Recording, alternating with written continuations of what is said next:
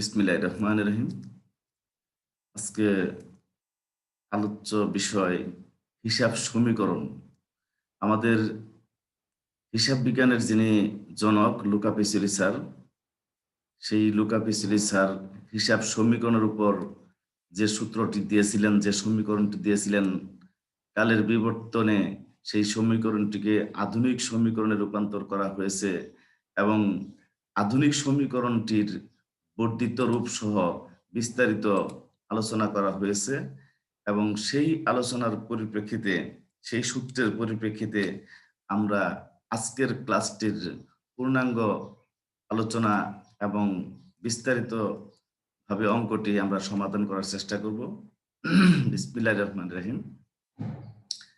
সকলকেই স্বাগতম অনলাইন ক্লাসে শহীদুর রহমান ডিগ্রি কলেজের পক্ষ থেকে। আমি মোহাম্মদ হারুন রশিদ সকলকেই শুভেচ্ছা জানিয়ে আজকের ক্লাস শুরু করছি। হিসাব সমীকরণ সম্পর্কিত ক্লাসটি আমরা হিসাব সমীকরণের উপর বিস্তারিত আলোচনা শুনেছি পূর্বেও গত দুটি ক্লাসে। আজকের ক্লাসে আমরা দেখব হিসাব সমীকরণের উপর যে প্রমাণ সহ আলোচনা আছে, হিসাব সমীকরণটি যে প্রমাণিত, সেই প্রমাণ সহ আমরা প্রুফ করার চেষ্টা করব আজকের এই হিসাব সমীকরণের উপর। হিসাব সমীকরণের উপর লেনদেনের প্রভাবের বিস্তারিত বিবরণটা আমরা তুলে ধরতে গেলে আমাকে জানতে হবে কোনটি লেনদেন, কোনটি লেনদেন নয়। যদি লেনদেন না হয় তাহলে সেটা হিসাব সমীকরণের উপর প্রভাব ফেলবে না, আর যদি লেনদেন হয় তাহলে সেটা হিসাব সমীকরণের উপর প্রভাব ফেলবে। আমরা একটি লেকচার 2 এতে আমার একটা ডাক দেওয়া আছে, সেই ডাক অনুযায়ী আমরা লেনদেনের প্রভাব দেখব, কতটুকু কোন উপাদানের উপর কতটুকু বৃদ্ধি পেয়েছে, কতটুকু হ্রাস পেয়েছে। হ্রাস বা বৃদ্ধির ফলে আমার হিসাব সমীকরণের ফলাফলটা কি দাঁড়িয়েছে আমরা দেখতে পাচ্ছি স্ক্রিনে। Lecture 2, Mr. Mehdi started his own delivery service on January 1, 2014. The following transactions occurred during the month of January. Mister Mehedi 2014 সালের জানুয়ারি মাসের 1 তারিখে একটি ব্যবসা শুরু করেছে। ডেলিভারি সার্ভিস, সরবরাহের সেবা। এই জানুয়ারি মাস সেবা দিয়েছে, দেওয়ার পরে তার নিম্নলিখিত লেনদেনগুলা সংগঠিত হয়েছে। এই লেনদেনগুলো থেকে আমরা নির্ণয় করব কোনটি লেনদেন, কোনটি লেনদেন নয়। যদি লেনদেন না হয় তাহলে সমীকরণের উপর কোনো প্রভাবই পড়বে না, আমাদের অ্যাকাউন্টিং ইকুয়েশনের উপর কোনো প্রভাব পড়বে না। আর যদি এই লেনদেনটি লেনদেন হিসাবেই বিবেচিত হয়, ঘটনাটি, এখানে অনেকগুলো ঘটনাই দেওয়া আছে, ট্রানজাকশন দেওয়া আছে বলতে এইখানে বোঝানো হয়েছে কোনো ঘটনা নেই। অর্থাৎ আমরা জানি প্রথমে আমাদের ঘটনাগুলো ঘটে, সেই ঘটনাগুলা হয়তো বা হিসাব সমীকরণের উপর প্রভাব পড়ে অথবা হিসাব সমীকরণের উপর প্রভাব পড়ে না। অর্থাৎ আমরা আধুনিক পদ্ধতিতে, আধুনিক দিক থেকে যদি বিবেচনা করি কোনটি লেনদেন, কোনটি লেনদেন নয়, সেটাকে আমরা যদি বলতে চাই তাহলে আমরা এভাবেও বলতে পারি যে কোনো একটি ঘটনা যদি হিসাব সমীকরণের উপর প্রভাব বিস্তার করে, অর্থাৎ হ্রাস বৃদ্ধি ঘটায়, তাহলে আমরা তাকে লেনদেন হিসেবে গণ্য করতে পারি। কোনো একটি ঘটনা হিসাব সমীকরণের উপর যদি প্রভাব বিস্তার করে, অর্থাৎ হ্রাস বা বৃদ্ধি ঘটায়, তাহলেই তাকে আমরা লেনদেন বলতে পারি। তাহলে মিস্টার মেহেদি 1,20,000 টাকা নিয়ে একটা বিজনেস শুরু করেছে।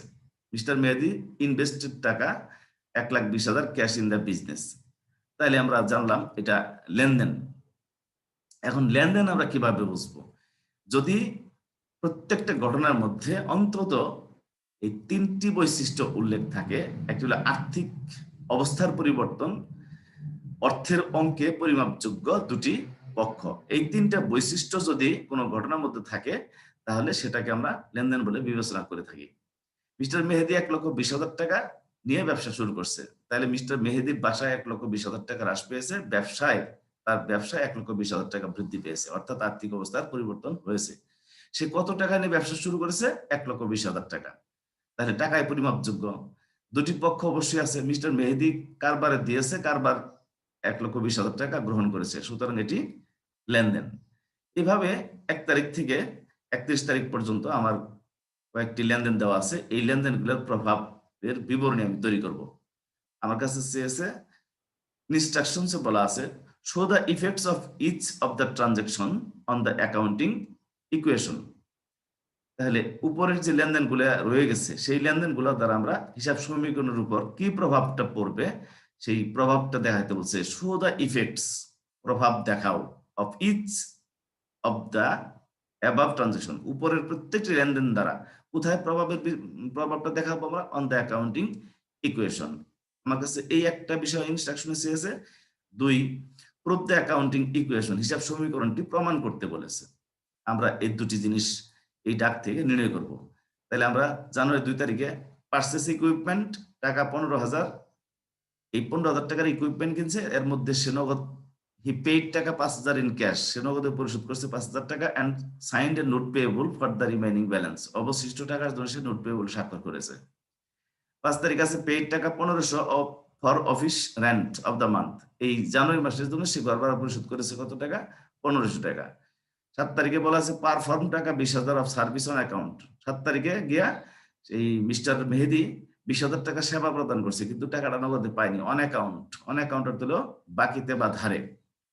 মিস্টার মেহেদী ৮ তারিখে উইথড্র টাকা ১২০০ in cash for personal use, সে তার ব্যক্তিগত প্রয়োজনে ১২০০ টাকা উত্তোলন করেছে। ১৩ তারিখে পার্চেজ সাপ্লাইজ ফর টাকা ১৫০০ ইন অ্যাকাউন্ট, সাপ্লাইজ ক্রয় করেছে ১৫০০ টাকার বাকিতে। রিসিভড ক্যাশ টাকা ৮,০০০ for service provided on January মাসে সে ৮,০০০ টাকার সেবা দেয়া নগদ টাকা পেয়ে গেছে ১৭ তারিখে। ২৬ তারিখে made a cash payment of টাকা ৭,০০০ ইন দা নোটস পেয়েবল, ওই যে ইকুইপমেন্ট ১০,০০০ টাকার বাকিতে কিনলো ২ তারিখে, সেই ১০,০০০ টাকা তখন নোট পেয়েবল স্বাক্ষর করেছিল। ওই ১০,০০০ টাকার ভিতরে ২৬ তারিখে গিয়ে ৭,০০০ টাকা নগদে পরিশোধ করে দিল। ২৮ তারিখে রিসিভড ক্যাশ টাকা ১১,০০০ as full settlement of remaining money for service provided on জানুয়ারি ৭ তারিখে ২০,০০০ টাকা সেবা দিছিলাম। ১৭ তারিখে ৮,০০০ টাকা নগদ পেয়ে গেছি। তাহলে আমার বাকি রয়ে গেছে ১২,০০০ টাকা। এই ১২,০০০ টাকার মধ্যে ১১,০০০ টাকা নগদে পেলাম। ১১,০০০ টাকা ফুল সেটেলমেন্ট শব্দের অর্থ হলো নিষ্পত্তি করা। ১১,০০০ টাকায় হিসাবটা নিষ্পত্তি করে ফেলছি আমরা। অর্থাৎ ১,০০০ টাকা মাফ করে দিয়া, অর্থাৎ ডিসকাউন্ট দিয়ে আমরা ১১,০০০ টাকা নিয়ে নিছি। আর হিসাবটা নিষ্পত্তি করে ফেলছি। আর ৩১ তারিখে ২,০০০ টাকা কর্মচারী বেতন পরিশোধ করছি। এই লেনদেনগুলো দ্বারা আমার লেনদেনের প্রভাবের বিবরণী আমি তৈরি করব। এই হলো লেনদেনের প্রভাবের বিবরণী। আমি লেনদেনের প্রভাবের বিবরণীটা তোমাদের বোঝার সুবিধার্থে দুটি উপায়ে তৈরি করে রাখছি। এই হলো প্রথম যেটা তৈরি করছি সেটা দেখো কি অবস্থা। আমি আমার হিসাব সমীকরণের উপরে লেখা আছে সাদা লেখার মধ্যে, সাদা কালারে, অ্যাসেটস সমান লায়াবিলিটিস প্লাস ওনার সিকিউরিটি, তারপর আছে রিমার্কস মানে মন্তব্য। এখন অ্যাসেট, এই ডাকের থেকে আমার অ্যাসেট আছে cash, accounts receivable, equipment, supply, ৪টে অ্যাসেট আছে। লায়াবিলিটিস আছে ২টা, অ্যাকাউন্টস পেয়েবল, নোটস পেয়েবল, আর ওনার সিকিউরিটির মধ্যে আছে আমার ক্যাপিটাল। এই উপাদানগুলোর উপর আমার ওই যে পূর্ববর্তী পেজে যে লেনদেনটি ডাকটি দেওয়া আছে, প্রশ্নটি দেওয়া আছে, সেই প্রশ্নের লেনদেনগুলোর প্রভাবের বিবরণটা আমরা তৈরি করতেছি। শুধু প্রভাব দেখাবো, এভাবেও আমি অঙ্কটা সমাধান করতে পারি। প্রথমে জানুয়ারি ১ তারিখে ছিল মিস্টার মেহেদী ১,২০,০০০ টাকা নিয়ে ব্যবসা শুরু করেছে। তাহলে কারবারের ক্যাশ নামে ১,২০,০০০ টাকা বৃদ্ধি পেয়েছে, ক্যাশ নামে অ্যাসেটটা ১,২০,০০০ টাকা বৃদ্ধি পেয়েছে। আর যেহেতু মিস্টার মেহেদী ১,২০,০০০ টাকা কারবারে প্রদান করেছে, তাহলে তার ক্যাপিটাল বৃদ্ধি পেয়েছে ১,২০,০০০ টাকা। তাহলে আমার এই লেনদেনটা দ্বারা আমার সম্পদ বৃদ্ধি পেল আর ওনার সিকিউরিটি বৃদ্ধি পেল। ওনার সিকিউরিটির মধ্যে ক্যাপিটাল, ওনার সিকিউরিটির উপাদান ৪টি: ক্যাপিটাল, রেভিনিউ, এক্সপেন্স, ড্রয়িং। আমি ক্যাপিটাল বাদে বাকি ৩টির মন্তব্য লেখার করে মন্তব্য লিখব। এইগুলো ১ তারিখের লেনদেনটি। জানুয়ারি মাসের ২ তারিখে ইকুইপমেন্ট ক্রয় করেছিল ১৫,০০০ টাকার, এর মধ্যে ৫,০০০ টাকা সে নগদে পরিশোধ করেছে আর 10,000 টাকা নোটস পেয়েবল স্বাক্ষর করেছিল। তাহলে এই লেনদেনটির প্রভাবটা কি পড়বে? আমার নগদ আমি পরিশোধ করেছি 5,000 টাকা। তাহলে ক্যাশ থেকে মাইনাস 5,000। ইকুইপমেন্ট কিনেছি কত টাকার? 15,000 টাকা। তাহলে আমার 15,000 টাকা দ্বারা ইকুইপমেন্ট বৃদ্ধি পেয়েছে। তাহলে ইকুইপমেন্টে প্লাস 15,000 টাকা।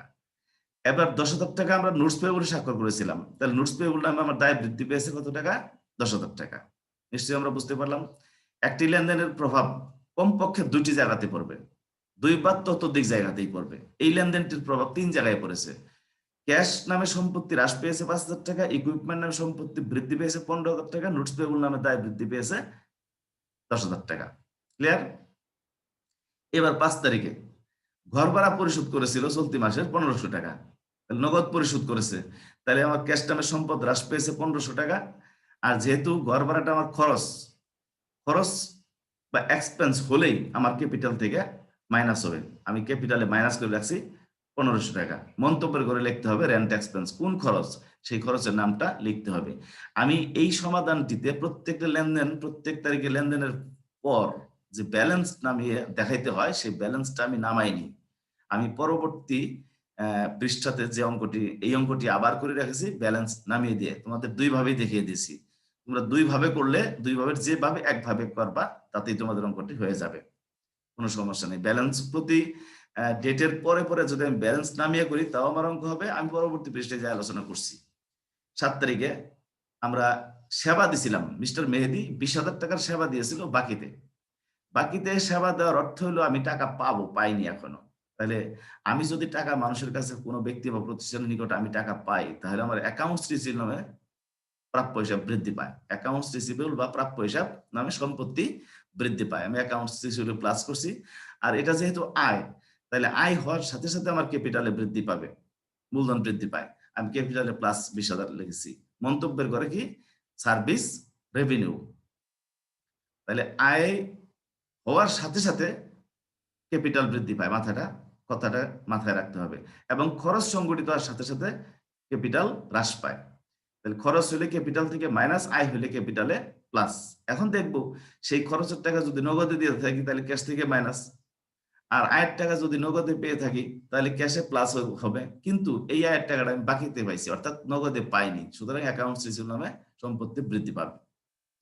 8 তারিখে 1200 টাকা মালিক নগদে উত্তোলন করেছে বলা আছে। তাহলে মালিক কারবার থেকে 1200 টাকা নিয়ে চলে গেছে। তাহলে কারবারে ক্যাশ নামে সম্পত্তি 1200 টাকা হ্রাস পেয়েছে। এবং মালিক যেহেতু উত্তোলন করেছে, মালিক কারবার টাকা দিলে ক্যাপিটাল বৃদ্ধি পায়, মালিক কারবার থেকে টাকা উঠিয়ে নিলে ক্যাপিটাল হ্রাস পায়। এই ক্যাপিটাল থেকে মাইনাস করে 1200 টাকা। রিমার্কস হলো কি মন্তব্যের পর লেখা আছে ড্রয়িং। 13 তারিখ সাপ্লাইজ ক্রয় করেছিলাম 1500 টাকার বাকিতে। তাহলে সাপ্লাইজ ক্রয় করেছি, সাপ্লাইজ ক্রয়ের ফলে সাপ্লাইজ আমার বাড়ছে, সাপ্লাইজে প্লাস, সাপ্লাইজ নামে সম্পদ বৃদ্ধি পেয়েছে। সাপ্লাইজ কি? সাপ্লাইজ হলো কাগজ, কলম, খাতা, পেন্সিল, চক, ডাস্টার, পিন, কার্বন পেপার, আলপিন, এগুলোকে একত্রে বলা হয় কি সাপ্লাইজ। আমরা এগুলা যখন ক্রয় করে থাকি আমেরিকান পদ্ধতিতে, যখন ক্রয় করি তখন সম্পদ। এখান থেকে যখন আমরা ব্যবহার করব বা ভোগ করব আস্তে আস্তে শেষ হয়ে যাবে, তখন সম্পদ কমবে, খরচ বাড়বে। আজকে যেহেতু আমরা ক্রয় করেছি তাহলে আজকে আমার সম্পদ। এবার সম্পদটা ক্রয় করেছি, নগদ টাকা দিইনি, বাকিতে কিনছি, তাহলে অ্যাকাউন্টস পেয়েবল নামে দায় বৃদ্ধি পাবে। তাহলে অ্যাকাউন্টস পেয়েবল আমি প্লাস করেছি। 17 তারিখে আমি 7 তারিখে 20,000 টাকার সেবা দিয়েছিলাম বাকিতে, অর্থাৎ টাকাটা আমি পাইছিলাম না। আমি অ্যাকাউন্টস রিসিভ নামে সম্পত্তিকে বৃদ্ধি করে রাখছিলাম, সেখান থেকে 8,000 টাকা এখন নগদে পাইলাম। তাহলে ক্যাশ নামে আমার 8,000 টাকা সম্পত্তি বৃদ্ধি পাবে, এবং অ্যাকাউন্টস রিসিভ থেকে ওই ব্যক্তির অ্যাকাউন্ট থেকে আমার 8,000 টাকা মাইনাস করে দিতে হবে। তাহলে আমি অ্যাকাউন্টস রিসিভ থেকে মাইনাস করেছি 8,000 টাকা। 26 তারিখ 7,000 টাকা নোটস পেয়েবলের 10,000 টাকা পরিশোধ করেছি। 10,000 টাকা নোটস পেয়েবল ছিল। এই যে 10,000 টাকা নোটস পেয়েবল, এই 10,000 টাকা আমার কাছে মানুষ পাইতো এই ইকুইপমেন্ট ক্রয়ের ফলে। এই 10,000 টাকা থেকে আমি 7,000 টাকা আজকে নগদে পরিশোধ করে দিলাম। তাহলে ক্যাশ নামে সম্পত্তি হ্রাস পেল, আর এই নোটস পেয়েবল নামেও 7,000 টাকা আমার দায় হ্রাস পাবে। 28 তারিখ এই 20,000 টাকা সেবা দিয়েছিলাম 7 তারিখে। এই 20,000 টাকা থেকে আমি 17 তারিখে 8,000 টাকা নগদ পেয়ে গেছি। তাহলে আমার বাকি রয়ে গেছে 12,000 টাকা। এই 12,000 টাকা আমি 28 তারিখে সেটেলমেন্ট শব্দটা আছে ডাকের মধ্যে, নিষ্পত্তি করে ফেলছি হিসাবটা। অর্থাৎ ওই ব্যক্তির কাছ থেকে আমি কি করছি, এই 11,000 টাকা নগদ আদায় করেছি। তার মানে 12,000 টাকা পাইতাম। 11,000 টাকা নগদে আদায় করতে পেরেছি, 12,000 টাকা পাইতাম। তাহলে 1,000 টাকা আদায় করতে পারিনি। That is called the name of discount expense. এই সেই 1,000 টাকা খরচ সংগঠিত হওয়ার সাথে সাথে ক্যাপিটাল থেকে মাইনাস করতে হয়। 1,000 টাকা যেহেতু দেনাদার কাছ থেকে আদায় করতে পারলাম না, ওই হিসেবে আমার 1,000 টাকা সম্পদ হ্রাস পাইলো। আর এই সম্পদটা যেহেতু আর পাওয়া যাবে না, সুতরাং এটা হলো কি খরচ বা এক্সপেন্স। এখান থেকে আর আমি সুবিধা পাবো না। That is called the name of discount expense. এই খরচটির নাম হলো কি ডিসকাউন্ট। পার্টটার নামে খরচ হয়ে গেল, অর্থাৎ ওই লোককে আমি মাফ করে দিয়েছি 1,000 টাকা। 12,000 টাকার থেকে 1,000 টাকা মাফ করে দিলাম, 11,000 টাকা আদায় করলাম। এই গেল আমার 2 তারিখের লেনদেনটির 7 তারিখের লেনদেনের পুরো কাহিনী শেষ। 20,000 টাকা সেবা দিয়েছিলাম বাকিতে, তার ভিতর থেকে 8,000 টাকা নগদে পাইলাম, 11,000 টাকা নগদে পাইলাম, 1,000 টাকা ডিসকাউন্ট দিলাম। নিশ্চয়ই বুঝতে পেরেছি আমরা। এবার 31 তারিখে কর্মচারীদের বেতন পরিশোধ করেছি 2,000 টাকা। এই 2,000 টাকা কর্মচারীদের বেতন পরিশোধ করেছি। বেতনটা হলো আমার খরচ, তাহলে ক্যাশ থেকে মাইনাস 2,000 টাকা। আর যেহেতু এক্সপেন্স, তাহলে আমার ক্যাপিটাল থেকে মাইনাস হবে 2,000 টাকা। আমি এভাবে কোথায় প্লাস কোথায় মাইনাস, এটাকেই বলা হয় ইফেক্ট। হিসাব সমীকরণের উপাদান, মৌলিক উপাদান 3টি: অ্যাসেট, লায়াবিলিটিস, ওনার্স ইকুইটি। এই অ্যাসেট বৃদ্ধি পেয়েছে না হ্রাস পেয়েছে, লায়াবিলিটিস বৃদ্ধি পেয়েছে না হ্রাস পেয়েছে, ওনার্স ইকুইটি বৃদ্ধি পেয়েছে না হ্রাস পেয়েছে, আমরা তার প্রভাবটা এই ছকের মাধ্যমে তৈরি করলাম। এবার সর্বশেষে আমরা টাকাগুলো এই লাইনে টাকাগুলো প্লাস মাইনাস করা, প্লাস হয়েছে মাইনাস হয়েছে, এভাবে সবগুলোর থেকে যোগ বিয়োগ করে ফলাফল পেলাম আমরা কত, 1,22,300 টাকা। আর এই ঘরের 20,000 টাকা পাইতাম, এই 20,000 টাকা পুরাটাই আমরা আদায় করেছি বিদায়, এর ফলাফল আসছে 0। অর্থাৎ এই ঘরের যোগফল নামাবো 15,000 টাকা, এখানে 1,500, এখানেও 1,500, এখানে এই 10,000 থেকে 7,000 মাইনাস হয়ে গেছে, আছে 3,000 টাকা। এই 1,20,000 টাকা থেকে মাইনাস 1,500, আবার প্লাস হয়ে গেছে 20,000 টাকা, 1,200 টাকা মাইনাস, 1,000 টাকা মাইনাস, 2,000 টাকা মাইনাস, যোগ বিয়োগ করলে 1,34,300 টাকা আমার ফলাফল আসলো। এখন এভাবেও আমার অঙ্কটি হয়ে গেছে। আমি যদি এভাবে না করে প্রতি তারিখের লেনদেনের প্রভাব দেখানোর পর আমি ব্যালেন্স নামিয়ে করি, তাহলে আমি পরবর্তী পৃষ্ঠায় সেই ব্যালেন্স নামিয়ে অঙ্কটি আমি করে রেখেছি। এখন অনায়াসেই তোমরা বুঝতে পারবে যদি পূর্বের অঙ্কটি বুঝে থাকো। এই 1 তারিখে 1,20,000 টাকা ক্যাশে প্লাস করছি, ক্যাপিটালে প্লাস করছি, ব্যালেন্স। এবার ফলাফল নামাইলাম, ফলাফল কি হবে, 1,20,000, 1,20,000। এদিকে কোনো উপাদানের মধ্যে টাকা পয়সা আমার যোগ বা বিয়োগ হয়নি, সুতরাং 1,20,000 টাকা করে ফলাফল নামলো। এবার জানুয়ারি মাসের 2 তারিখে 15,000 টাকার ইকুইপমেন্ট ক্রয় করেছি, তাহলে ইকুইপমেন্টে প্লাস 15,000 টাকা, নগদ পরিশোধ করছি, ওর মধ্যে 5,000 টাকা, ক্যাশে মাইনাস 5,000, নোটস পেয়েবল 10,000 টাকা বাকি রাখছিলাম, তাই নোটস পেয়েবল প্লাস 10,000 টাকা। এবার আবার ফলাফল নামবো, এই যে আমি ব্যালেন্স লিখে রাখছি। প্রত্যেকটা তারিখের লেনদেনের প্রভাব দেখানোর পর আমি ব্যালেন্স নামাবো। এবার এই 1,20,000 থেকে 5,000 গেল 1,15,000 টাকা, এখানে নতুন করে আসলো 15,000 টাকা, এখানে নতুন করে আসলো 10,000 টাকা, এখানে 1,20,000, 1,20,000 টাকায় রয়ে গেছে। 5 তারিখে যদি আমরা দেখি, আমি গড় ভাড়া পরিশোধ করেছি 1,500 টাকা, তাহলে ক্যাশ থেকে মাইনাস করেছি, ক্যাপিটাল থেকে মাইনাস করেছি, তাহলে 1,15,000 টাকা। এবার ব্যালেন্স নামাবো, 1,15,000 থেকে 1,500 টাকা লেখা 1,13,500, এটাতে কোনো পরিবর্তন হয়নি, তাহলে 15,000 টাকায় আছে, এখানে কোনো নতুন কোনো উপাদান আসেনি, প্রভাব পড়েনি, তাহলে 10,000 টাকায় আছে। এইখানে 1,18,500 টাকা হলো এই 1,20,000 থেকে 1,500 টাকা চলে যাওয়ার পর। 7 তারিখে 20,000 টাকার সেবা দিয়েছিলাম বাকিতে, অ্যাকাউন্ট ছিল প্লাস করছি, ক্যাপিটালে প্লাস করছি। এবার আবার ব্যালেন্স নামাবো, 1,00,000, এখানে কোনো যে সম্পদের মধ্যে কোনো প্লাস মাইনাস না হবে, সেটার ফলাফল পূর্বে যা নেমেছে বরাবর তা নামতেই থাকবে। এই 1,13,500, নতুন করে অ্যাকাউন্ট রিসিভ আসলো 20,000, এখানে আসলো 15,000, সাপ্লাইসে এখন পর্যন্ত কোনো টাকা পয়সা আসেনি, এখানে অ্যাকাউন্টস পেয়েবলও কোনো টাকা আসেনি, আমার নোটস পেয়েবল 10,000 টাকা, এখানে এই 20,000 টাকা যোগ করলে 1,38,500 টাকা। এবার 13 তারিখে এইভাবেই 1,500 টাকার সাপ্লাইস বাকিতে ক্রয় করেছি, তাহলে সাপ্লাইসে প্লাস, অ্যাকাউন্টস পেয়েবলে প্লাস 1,500। এখন আমি ফলাফল নামাবো, এই ফলাফল ক্যাশের ঘরে কোনো প্লাস মাইনাস হয়নি, সুতরাং যা আছে তাই। অ্যাকাউন্টস ছিল নতুন করে কোনো টাকা পয়সা প্লাস মাইনাস হয়নি, তাহলে 20,000ই। ইকুইপমেন্টও সেম। এইবার সাপ্লাইসের ঘরে 1,500 টাকা নতুন করে আগমন করেছে, এর ফলাফল নামাইলে 1,500। অ্যাকাউন্টস পেয়েবল 1,500 টাকা নতুন আগমন করেছে, ফলাফল নামাইলে 1,500। নোটস পেয়েবল পূর্বের 10,000 টাকায়, ক্যাপিটালে 1,37,500 টাকায়। এখান থেকে এই ড্রয়িং 1200 টাকা মাইনাস হয়েছে। ড্রয়িং এখান থেকে মাইনাস, এখানেও মাইনাস, আমার এখান থেকে মাইনাস চিহ্নটি উঠেনি, আমরা মাইনাস চিহ্নটি দিয়ে নেব। আর ড্রয়িং যেহেতু খরচ, ক্যাপিটাল থেকে মাইনাস হয়, এটা আমরা জানি, হিসাব সমীকরণের পূর্বের দুটি অঙ্ক করেছি। এবার তারিখ আছে আমার কত, 7 তারিখ, এটা করলাম আমরা 13 তারিখ। এবার আসতে 17 তারিখ। 17 তারিখে দেনাদারের কাছ থেকে 8,000 টাকা আদায় করেছি। তাহলে এই 8,000 টাকা ক্যাশে প্লাস অ্যাকাউন্টে দিলে মাইনাস, আর কোনো উপাদানে কোনো প্রভাব পড়েনি। তাহলে এখন যদি ব্যালেন্স নামাই, পূর্বেরটাই নামবে, যা যা আছে তাই, খালি এখানে পরিবর্তন হলো ক্যাশ আর অ্যাকাউন্টস রিসিভেবল। 26 তারিখে সেম 7,000 টাকা নোটস পেয়েবলে পরিশোধ করেছি, তাহলে এখান থেকে মাইনাস, এখান থেকে মাইনাস, এটা তো আমরা পূর্বে শিখেছি। শুধু জাস্ট পার্থক্য কি, মাইনাস করার পর বা প্লাস করার পর আমরা ব্যালেন্স নামিয়েছি, এইটুকু নতুন কথা। 28 তারিখে সেম 11,000 টাকা আদায় করেছি, 12,000 টাকা অ্যাকাউন্ট রিসিভেবল থেকে 1,000 টাকা ডিসকাউন্ট দিছি, এই ফলাফল নামাবো, এই ফলাফল আসলো।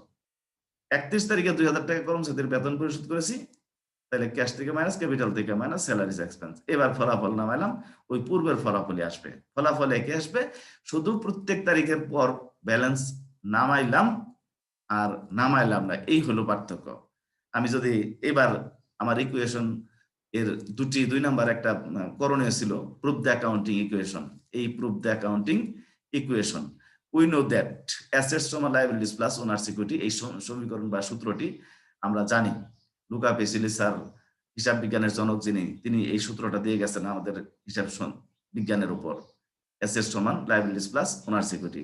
এবার প্রমাণ করতে বলছে, left hand side equal to right hand side. Left hand সাইডে কি আছে, আমার অ্যাসেট, তাহলে ক্যাশ আছে, অ্যাকাউন্ট সিজুল আছে, ইকুইপমেন্ট, সাপ্লাইজ, এই চারটি অ্যাসেটের যোগফল হলো 1,38,800 টাকা। সেম আমি রাইট হ্যান্ড সাইড করবো, রাইট হ্যান্ড সাইডে আমার উপাদান আছে লায়াবিলিটিস প্লাস ওনার সিকিউরিটি। এই রাইট হ্যান্ড সাইড সমান লায়াবিলিটিস প্লাস ওনার সিকিউরিটি রেখে, লায়াবিলিটিস আছে দুইটা, অ্যাকাউন্টস পেয়েবল, নোটস পেয়েবল, আর ওনার সিকিউরিটির মধ্যে আছে ক্যাপিটাল। এবারে তিনটার যোগফল করলাম, 1,38,800 টাকা হলো। So left hand side equal to right hand side আমরা প্রমাণ করে ফেললাম, হিসাব সমীকরণটি প্রমাণিত হয়ে গেল যে left hand side equal to right hand side যে হবে, এটা আমরা ক্লাস 6-7 থেকে বীজগণিতের সমাধান করে আসছি, তখন আমরা প্রমাণ করে আসছি যে সেখানে আমরা লিখতাম left hand side equal to right hand side. আমাদের হিসাব বিজ্ঞান সেম একই, যেহেতু সূত্রের মাধ্যমে চলে, তাহলে এই আমরা হিসাব বিজ্ঞানকে এইখানে এই জন্য হিসাব বিজ্ঞান বলে থাকি, অর্থাৎ বিজ্ঞানের সাথে তুলনা করেছি, যেহেতু সূত্রের মাধ্যমে পরিচালিত হয়। সূত্রের বাইরে আমাদের হিসাব বিজ্ঞান চলতে পারে না। এই সেই সূত্রটি এই প্রমাণ করে দেখাই দিলাম যে আমরা যতই আমরা প্রভাব ফেলি না কেন, যতই আমাদের লেনদেনের প্রভাব পড়ুক না কেন হিসাব সমীকরণের উপর, আমরা যতই হ্রাস বা বৃদ্ধি করি না কেন, এক পাশেও যদি হ্রাস বৃদ্ধি হয় বা দুই পাশেও বা যদি হ্রাস বৃদ্ধি হয়, এরপরেও ফলাফল আমার প্রত্যেকটা লেনদেন সম্পাদন করার পর উভয় পাশের ফলাফল অবশ্যই সমান হবে। এই সেই প্রমাণ, left hand side equal to right hand side. আমরা ক্লাসটি শেষ করেই ফেলেছি আজকে। সকলকে ধন্যবাদ জানিয়ে আজকের ক্লাস শেষ করছি। আল্লাহ হাফেজ।